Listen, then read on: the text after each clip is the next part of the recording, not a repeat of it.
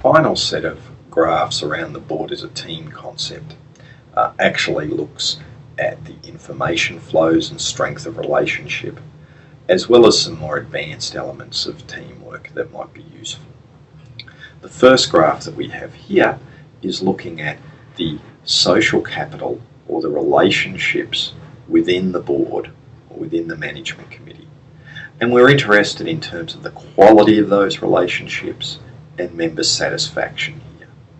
So what we can see is members of this board are satisfied with the relationships, but perhaps there's one or two members who believe the quality could be improved. But they're generally positive responses. I wouldn't be at all concerned about the relationships on this particular board.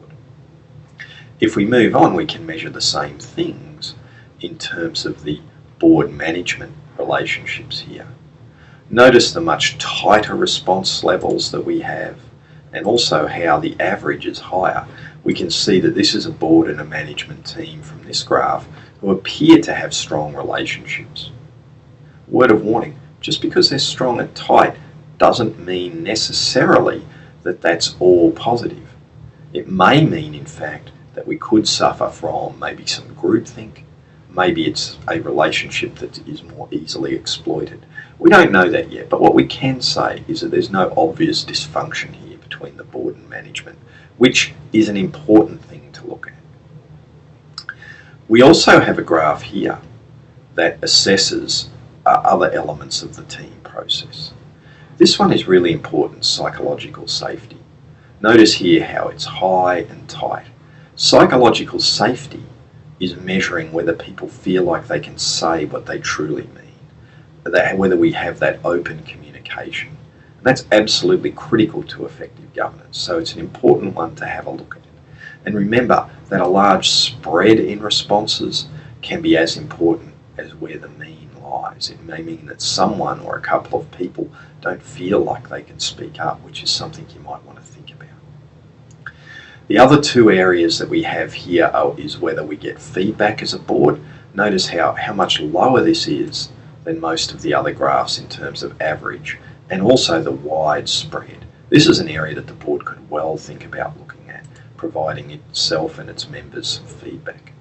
Similarly with board expectations, not as bad or not as negative a response as for board feedback and not as wide a spread, but still we see that divergence of opinion.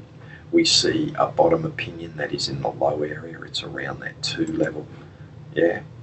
So that means again an area that we could well do with having a bit of a look at. And the final area or graph for us around this is at the personal level. How do your directors feel about being on this board? And you can see from this series of graphs that for this board overall it's quite positive. People have growth opportunities, and internal work motivation, so they feel like they should be there and have a naturally high level of interest, and that overall they're generally well satisfied with their role. So we know that there is probably less likelihood of turnover on this board than on others where some of those personal satisfaction levels could be lower. So with that, we've finished up on the board as a team, and you can see that there's no definitive answers. There's just some areas for us to look at and to understand as we plan to develop more as a board. In order to do that, we're going to need to look at some of our governance roles and how we perform at them, which is the next element to the review.